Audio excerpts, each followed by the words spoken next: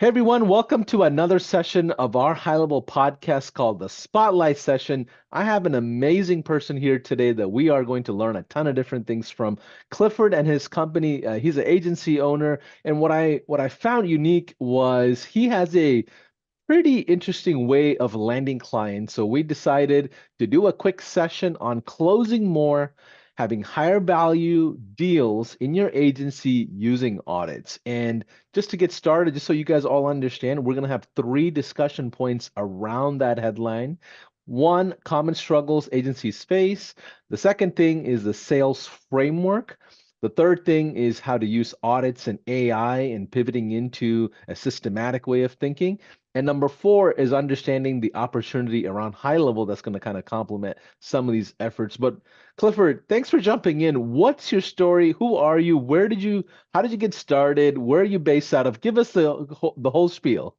Hey, Paulson, what a pleasure to be here. Been a big fan of you guys. I remember getting to spend an hour and a half uninterrupted with Sean at a mastermind event where he was sitting outside. I just got to chop it up with him. And now to come full circle to be able to be featured here and share not just my agency story, but sharing the story of how we've integrated our SaaS with Go High Level is pretty amazing. So, Cliff Notes version of my background. I'm originally from India, lived in the Pacific. My parents immigrated here in '98 to give us a better life, to live out that American dream. I came here, went to college, moved down to Arizona in '99, graduated, and then got a job at the governor's office. Moved my way up all the way to the deputy CIO, actually, at the governor's office. Along the way, I was building websites as a passion, then became a side hustle like many other agency owners. I finally got to a point where my side hustle was making me more money and I was more passionate about what I did. So I decided to leave that job and step into running an agency. Built an agency around 2011. Around 2017, I started noticing a pivot in the agency world where it became harder and harder because of the competition to sell deals, close deals. And so one of the things we did manually at that time was try to figure out how to deliver value, establish our expertise, and build trust, like we are the person they should work with. And it took me hours to do this in sales prep, running audits from Moz, SEMrush, and a whole bunch of tools. And I said, what would it look like if I could condense that 1.5, 2 hour process into 15, 20 minutes? And that was the inception of our SaaS. Fast forward 5 years later, we have now helped hundreds of agencies close tens of millions of dollars by leveraging audits like website audits, GBP, and SEO audits to be able to deliver value, establish authority, and build some trust within 30 minutes to be able to close more deals.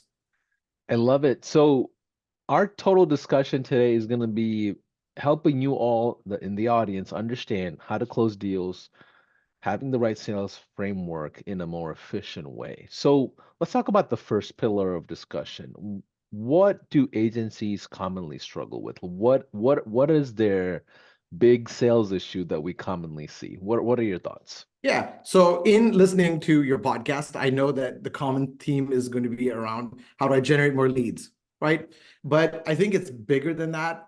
I think whether you generate a couple of leads a month or you generate 20 or 30 or more leads a month, the idea is how do you close as many of those leads as possible and ensuring they are the right fit for your business, right? So common problems that I see, we run an agency mastermind. So common problems that we see, I need more leads. I'm getting crappy leads. People are positioning me as a commodity. So when I tell them, hey, my project started $5,000, they're like, well, we can find someone for $500 on Upwork, right? Or the next guy I spoke to said he works with people in Mexico and the Philippines and they can do it for $800. So how can you reduce your price? And so being treated as a commodity, tire kickers, ultimately people that are looking for more and aren't willing to spend anything, right? Or don't have realistic budgets. These are common problems that we faced and now no longer face because of this agency framework that we've put in place. And so I say, simply put, no matter how many leads you get, the goal is, in my opinion, the secret to it is figuring out how to deliver value, establish your expertise, showing them that you know what you're talking about, and then deliver some sort of mechanism, report, or insights that helps them build trust to say, this is the company that has done it Obviously, you can use case studies and testimonials. That's a great way to do it. But oftentimes, I've found that audits become much more effective because you're layering insights on top of their business that are specifically relevant to their problems and needs versus generic case studies that might be like, oh, I helped some other company, and because of that, I think I can now help you. Yeah, so before we go into that, I think you call it the V4 agency sales framework. Before we go Yes. into the depth of it, how did you guys figure this out? What was the initial genesis of this whole thing? Oh man. So again, Cliff Notes version, I think it took a lot of trial and error. I am not great at sales. So for example, jumping on this call, I love delivering value, but I feel like I am not great and eloquent with words, right? So one of the things I did earlier on in my agency is to overwhelm my leads with value. So I said, hey, what would a value-focused sales framework look like? And I honed that in internally over time, and then worked with a sales strategist and an agency coach to kind of put that into a formal framework that I can rinse and repeat. And now it's something that I've taught to thousands of agency owners. Wow. So help us understand, I guess, our second pillar of conversation, which is the V4 agency sales framework. Yeah. Give us the full version of Yeah. exactly what it is, how to look at it, how it was developed, how it's placed. Give us the overview of it. Yeah, for sure. So the V4 is just an acronym for visibility, value, vision, and validation. All right, in that exact sequence. So I think no matter what you sell, right, for the audience that's listening, whether you sell a CRM with automated text messaging or you're selling websites, SEO, GBP services, it really doesn't matter. I think if you look at your sales framework, you're probably going to see similar pillars along the way. We've just formalized that. So let's dive into it, right? The first one is visibility. What do I mean by visibility? Whenever a lead calls us or fills out an intake form, they commonly will say things like this that our audience here can relate to. I need a new website. I need more traffic. I need something that will effectively position my brand as a market leader. But really, what they're doing at that point is really just positioning or presenting a problem. What we like to do is ask them why, right? So for example, a company comes to us and says, hey, I need to generate more leads. Why do you need to generate more leads? Well, because we want to grow our business. Well, why are you focused on using your website to do that? Well, because of COVID, our foot in the door traffic has reduced by 30%. Well, what does 30% reduction in revenue look like? $210,000. Oh, great. So you're looking to see how we can put together a website and a marketing solution for you to be able to generate $210,000 or more leveraging that strategy. Yes. Now we've identified or we've determined what their problem is versus what they presented to us. And that's what I mentioned visibility to be the first pillar, right? So Yeah. by them So saying, oh, go ahead. quick question Yeah. on how do we get to that step? So like a lot of agencies actually even struggle to be visible before they can figure out how to handle the visibility. Like, so are you guys doing cold outreach? Are you running paid ads? Like what is the mechanism or the things that you guys do to get to that visibility stage? Okay. So you're saying potentially, are you speaking about how do we get the leads or how do we get them more visibility? Yeah, let's say I'm an agency owner and I Okay. don't have anybody reaching out where I can be like, okay, great, I can help you solve your problem. If I don't have that initial traffic just yet, what are some Okay. ideas that you recommend before we go into the depth of how to handle that traffic? Great. So here, Paulson, I think you're just asking how can an agency generate more leads with, Right. let's just say they're starting out, so they don't have any authority, they don't have a network to leverage. Maybe they can't even invest in SEO because it's going to take them some time, right? Yep. So if I were to do this from scratch, knowing everything I knew, and I started a new agency and couldn't leverage my network, but could leverage the understanding, knowledge, and expertise I had, what I would start with is go to Google, and I actually shared this with an agency yesterday. Go to Google and identify a couple of things. Figure out what type of company I want to work with, where they offer they offer a service that's a high value. For example, I would not work with a barber or a salon, but I would work with a home remodeler, because a kitchen or bathroom remodel, if I got them one deal, could be worth anywhere from $5,000 to $25,000 or more. Okay, so I would pick an industry that has high customer transaction rates or values. Next, I would go ahead and figure out how can I find a customer type where I can actually reach them that's really accessible, right? For example, a lawyer, chances are I'm going to go through many gatekeepers to even get to the right decision maker. Next is I'm going to go ahead. Most agencies or freelancers, when they start off, they say, let me go find the ugly websites and try to sell them a new site, right? I tried it the hard way. I think a lot of people have. Now the new thing is find the people with GBP websites and sell them, because GBP is shutting down, right? Most of those clients are generally, in my opinion, not going to be high value. So what I'm looking for on Google is a home remodeler in a city that has great reviews, but is showing in position 3 to 8, possibly on the local map pack, or between position 4 through 10 on the local search engine rankings, right? I'm going to give them a call and say, hey, my name is Cliff, local business here, looking to help support you, probably similar to actually the approach that Sean shared when he was on a webinar, and say, hey, I'm looking to help support local businesses, and I want to help people just like you. I'd love to make you a case study. This is usually my cost. Because we're looking to validate this, I'd like to give you a discount, make sure that it's profitable for me to still do it. And then I would do that once. I would then take that success story and go 20 miles further and find a similar company, do the same thing. Once I have two, just two, I would then look up organizations that serve kitchen remodelers. Nari happens to be one of them. I serve that space, so I'm using that as an example. And I would see if I can get a guest blog or get on podcasts that serve these people. And literally on that call, I would teach it. So I teach this in our program, which would be something like, here's how I help remodelers get ranked on Google doing these 5 things. On the tail end of that podcast or the guest blog or the webinar, I would say something like this: because Paulson, you gave me the honor of coming on and sharing my advice or my expertise with your audience. For the next 25 people who go to this URL, I will give them a personalized audit and a strategy call to show them what exactly they're missing and help them get there fast. Now, right off the bat, I can say, I did this for Jane and John. These are the results. And from there, it's history. And I can do all that probably in a 90-day period.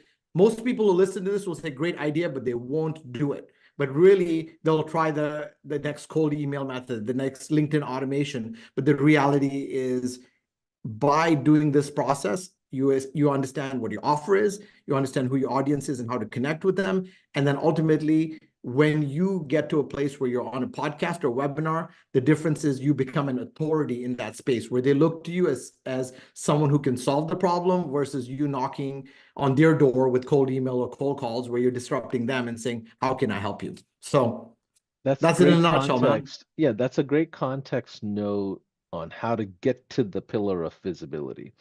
Now, once the visibility is there, they're reaching out, figuring out all these different things. So in your mind, you're creating and helping them understand their current situation versus their desired situation, That's right. where essentially you can be the bridge as long as you speak in their linguistic love language of the industry, right?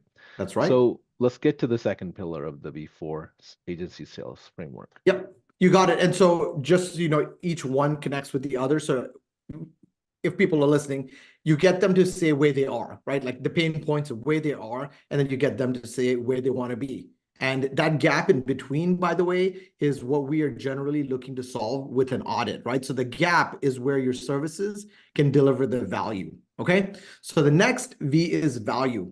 Ultimately, we believe in leading with value, and whatever time a client or prospect gives you, you should honor it. And likewise, you want them to honor the time they give you. So I believe that we oftentimes lose a sale when we focus on our services versus the desired outcomes and pain points that the business has. So for example, when a potential client says to us, we want SEO, or we want a nice site, more traffic, we're trying to align what are their issues, which is that gap. So it might be like, you're not getting enough traffic.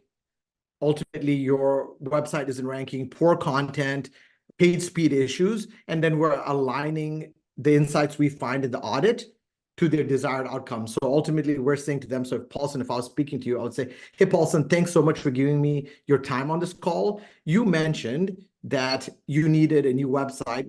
Once we started talking about it, you talked to me and mentioned that traffic was a problem because you needed more leads. Well, let me tell you what are the hindrances, what is in that gap of solving the problem, and then I'll show them their page speed. I'll show them their lack of content. I'll show them, maybe their domain authority. Whatever that is, I usually try to keep it to just a few things that we find in the audit in a matter of a few minutes to show them how we can close that gap.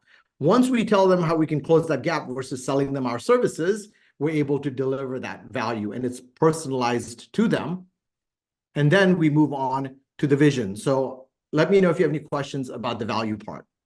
I think the key is to make sure you don't overwhelm them with the technology component of it versus the Yes. strategy component of it. So how do you dance that fine line of making sure it's simplistic enough for them to understand the solution you provide versus the complexity of what you have to do as a team to propose that value, right?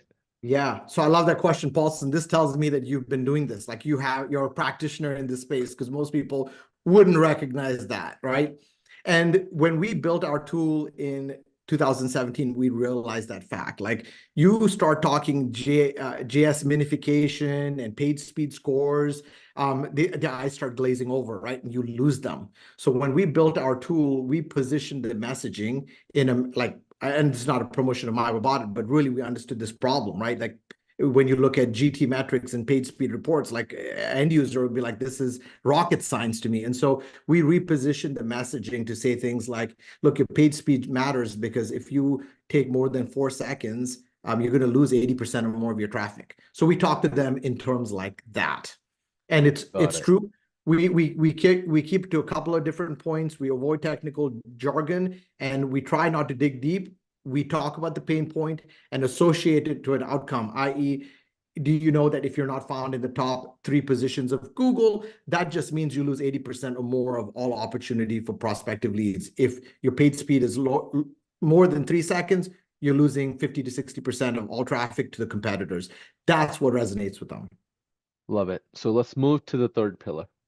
Cool. So one of the things I tell everyone I speak to now is a mindset shift of when you have someone speaking to you, a lead, they already have some sort of vision of a better tomorrow. That's why they've taken the time to potentially call you, right? They know, or they're hoping whatever service or solution you offer can solve their problem. Only by understanding what their vision is are you able to deliver value. And the idea is to say something like, hey, look, I know you've reached out to me. We've identified these gaps. You've delivered some insights. Now, the idea is to effectively give them a vision of a better tomorrow. So, for example, most agencies are going to speak to someone and try to sell them the whole kitchen sink, right? We all understand as marketers, there's this idea of a foot in the door concept. I call it just quick wins, right? The fastest way to close a higher value deal is to get your foot in the door, get some quick wins, build some rapport, and then ascend them into whatever maybe your next core service offering is, not just to make more money, but to deliver more value. And so by giving them a vision of a better tomorrow, for example, we have a ROI calculator as part of our tool. So if I was speaking to you, Paulson, and you ran a remodeling company staying with the same use case, I might say something to you like, hey, Paulson, based off of 100 visitors, your conversion rate of 3%, you're getting 3 leads, you're closing one of those 3 leads, and that customer lifetime value may be 10,000 if you do a kitchen or bathroom remodel. Look, with our SEO, if we can increase your traffic, or if we don't even go into specifics, but if we can increase your traffic, whether it's paid ads or SEO, by 30%, and we can increase your conversion rate from 3 to 4, now we know we can get you double the leads, which I can tell you that within 6 months, we can quadruple your ROI on any investment you give us. I'm now future pacing that person, not just to think of what a new website could look like or what a traffic campaign could look like, but I'm giving them a specific future of what a financial outcome could look like, which is really what they had articulated at the start. So now, as I give them a future of a better tomorrow, it's important to understand that not everyone is ready to make that investment. So one of the things we do when we give them a vision of a better tomorrow would be something like this. Hey, Paulson, look, in order to realistically get the results you're looking for, the investment may be a $8,000 to $10,000 website and a $1,500 SEO campaign. And I just want to let you know, based off of what you shared earlier on about investment and ROI, I understand that that might not be a good fit for you. Would you let me know if it is or not? In order to give someone a vision of a better tomorrow, it's tremendously important to be able to first understand what their problem is, gain insights, deliver value, and then show them really what that would look like. So one of the tools we use in our sales process is an ROI calculator. So I would ask you simple questions like, how many visits are you currently getting? How many leads do you get from those visits, and what's that worth? We plug that in, and I'm able to simply tell you your traffic, your conversion rate, and your customer lifetime value. Once I do that, I'm able to say something like, hey, look, if we can use traffic channels, whether that's SEO or paid ads, I don't go into the details, but say something like, if we can increase your traffic over the next 90 to 180 days by 30%, and we're able to change your conversion rate, let's just say from generating 3 leads out of every 100 visits to maybe even just 4, that's almost a 50% rate in conversion rates. Most people don't really even understand that. Like just taking someone from 3 to 4 and then maybe getting them another 130 or 200 visits can transform that business. So now I can say, hey, Paulson, look, if you work with us with 30% more traffic and a 1% conversion rate bump, really you could be generating $35,000 in lead revenue or potential lead revenue every month. And that's just where we get started. And then I'll tell you, so look, Paulson, are you ready to invest in generating results like that right now? If you are, based on my understanding, you might be looking at an $8,000 to $10,000 website with a $1,500 marketing campaign. And you might come back to me and say, well, Cliff, look, that sounds great. Let's move forward. And if that's the case, I take you to the next step. But if, for example, you aren't ready to do that, you might say something, well, Cliff, I only have like $3,000 or $4,000. I really would love to work with you. At that point, my job is to still give you a vision of a better tomorrow, but to reduce that into a realistic outcome based off of your budget. So I would say something like this to you. Look, Paulson, based off our audit process, my goal is to get some quick wins for you to start driving more results. So here are some low effort, high impact items that we should address. And at that point, for example, if we were to use the example of web design and SEO, I might just do a landing page redesign or a homepage redesign and some on-page SEO and some GBP work just to get some calls and traffic to the website. And my goal is to measure that over the next 30 to 60 days. Once you start seeing a couple more calls, a couple more visits, a couple more leads, then we have a plan to then ascend you into a full marketing package or a complete redesign package. That's what vision looks like for us in our sales process, because as I mentioned, every business owner has actually a vision. It's just they don't know what that looks like. They just know it needs to be a solution to their problem or accomplishment of the desired outcome. But by getting clarity on that and then showcasing them and future pacing them, you automatically position your business as an investment versus an expense. So when you get to the point where you're starting to talk about what they need to invest in your business, for example, it's hard for any business to say, yeah, you know what, I don't think I can spend $10,000 to generate $30,000 a month, right? Like it changes the mindset. And because you got them to verbally say where they were and where they want to be 2 steps before, psychologically, they actually have to go against what they already shared with you in order for them to not move forward. Makes sense. So, quick question before we go into the fourth pillar of the Yeah. framework. What happened? So let's put our marketing hat on for a quick second and move away from sales. What Yeah. happens to the traffic that is an interested buyer versus the traffic that's an actual active buyer. So the folks that are saying no, not now, what are the experiences you're creating for them on a follow-up type of scenario? And what are you creating as far as experience for someone who says yes?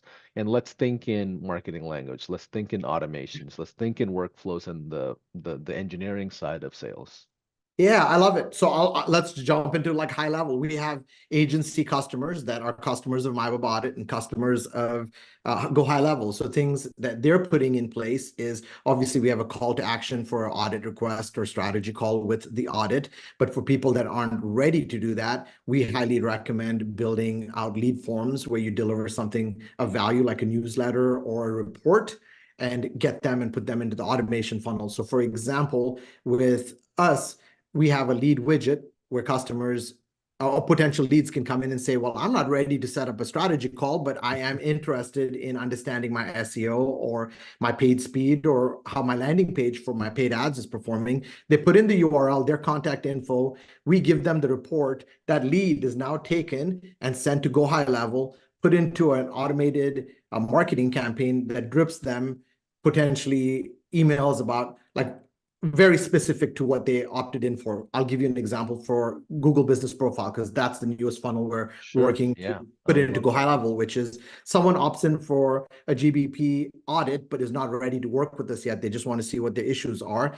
We take them, put them into automated funnel that then tells them the importance of GBP versus paid ads and SEO and how the competition. Then the next email is, here's why it is important for you to invest in your GBP optimization versus SEO, because it's much faster to get results in the local map pack than it is for you to move from 5 to 1 on the SERP.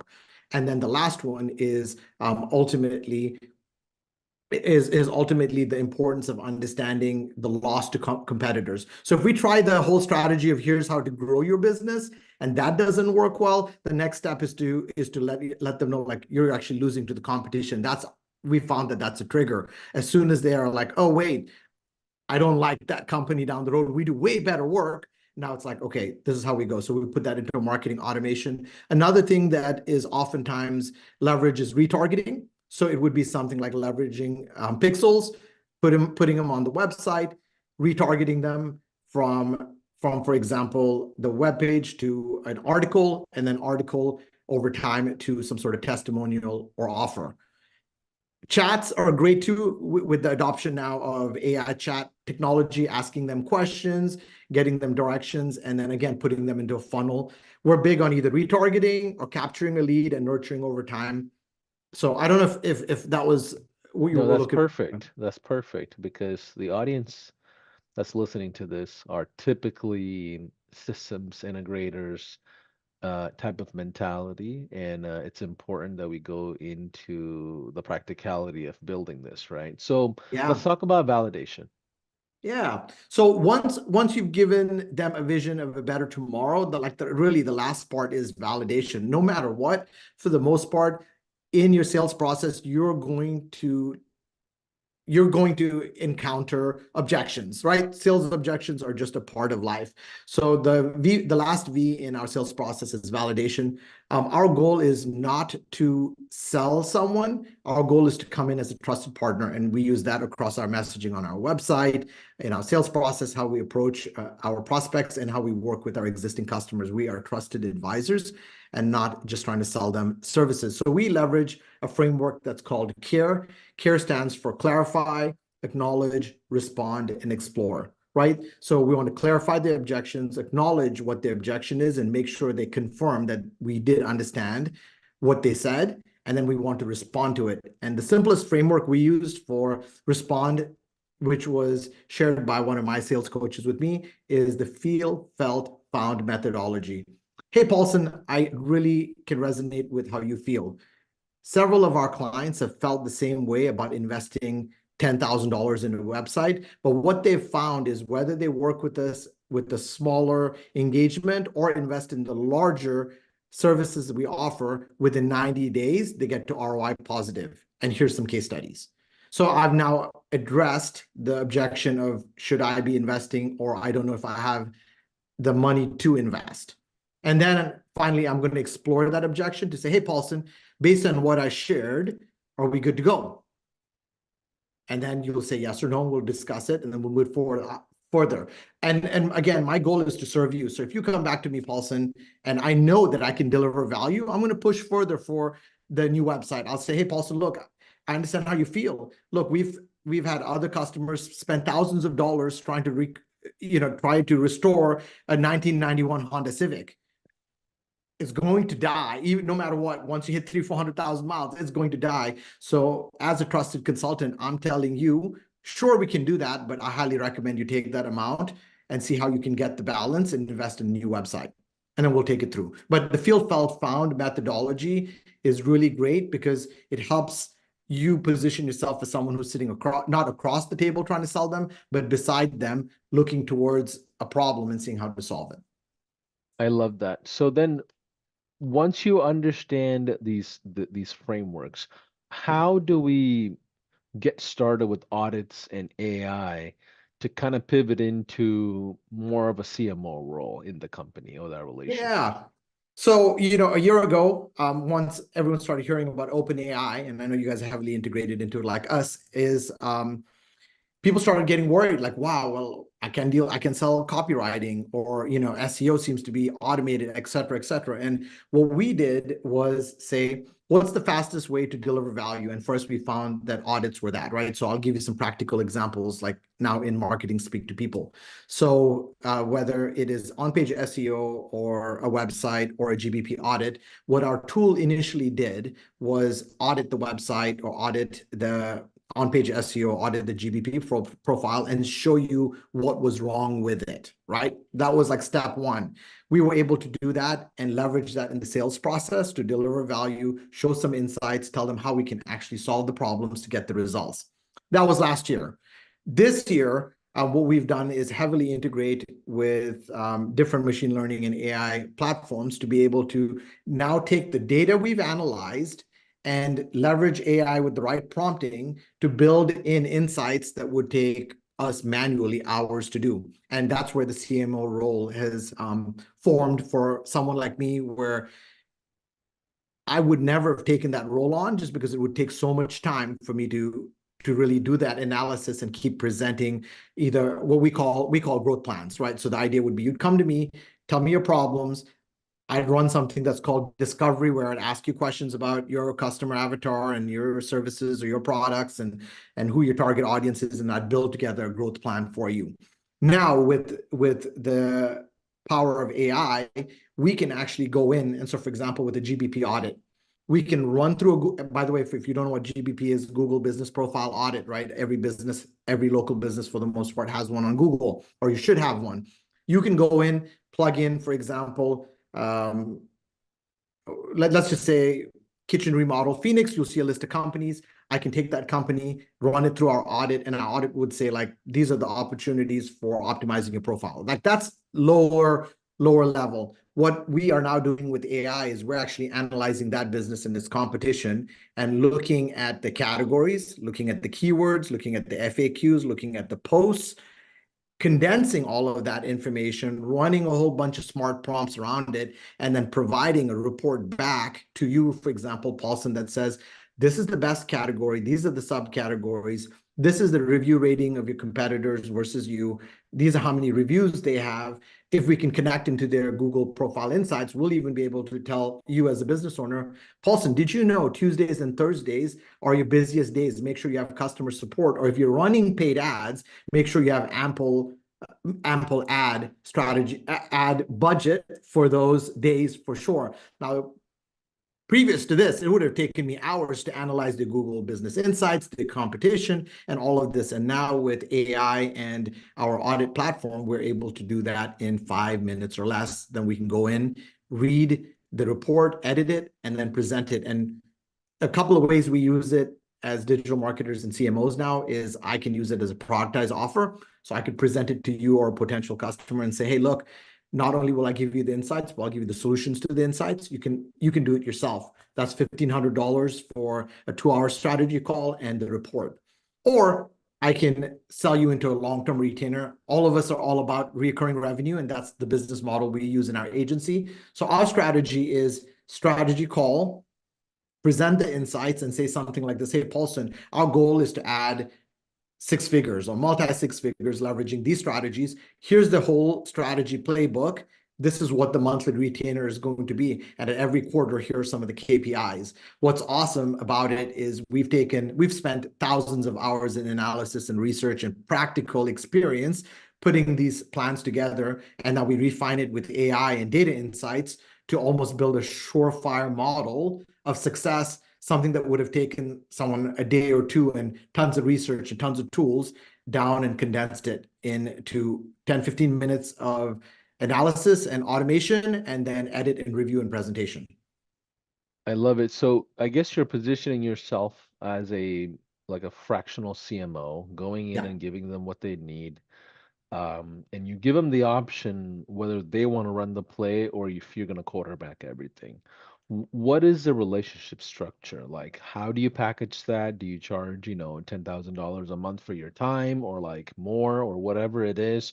Or do you do the do-yourself model instead of the done for you? Or is everything done with you? Like, what help us understand the structure of the relationship a little. Yeah, great question. So my agency, and it's done differently based on obviously your agency model, who you serve, what you can charge, and what they're willing to pay, right? So for us, our ideal audience are seven-figure agencies. I mean, sorry, seven-figure businesses. The solutions we provide are generally adding hundreds of thousands of dollars, if not $1 million in revenue to their bottom line, right? So our packaging is one of two ways. One, you pay me for my time and I give you a consulting session, answer it, give you the deliverable, and you run with it. That's it. You don't get the option of contacting me once a month and figuring out questions. That's not what we do, because our core service comes from delivering. Our core revenue comes from delivering services like marketing and web design, right? So option one, productized service. You come, you pay me for the consulting and the report, you get that, we walk away. Very few people are like that.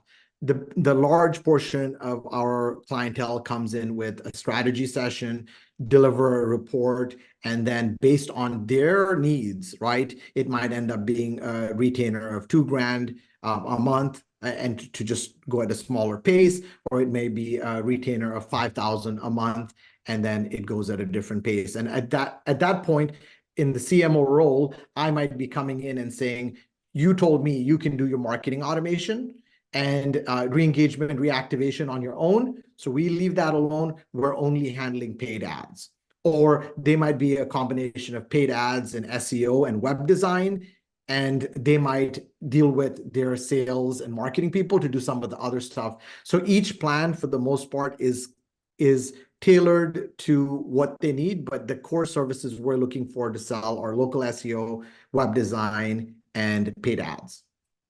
Got it. And one of the things that you had mentioned in our last discussion was you like recurring revenue. So can you help me? And you're someone who's developed software as well, and now you guys have integrated with high level as well. So we're going to talk about that in here in a little bit. But help us understand recurring revenue. What is the SaaS play versus the SaaS agency hybrid play or all agency play? Like, how do you look at this opportunity we have in 2024?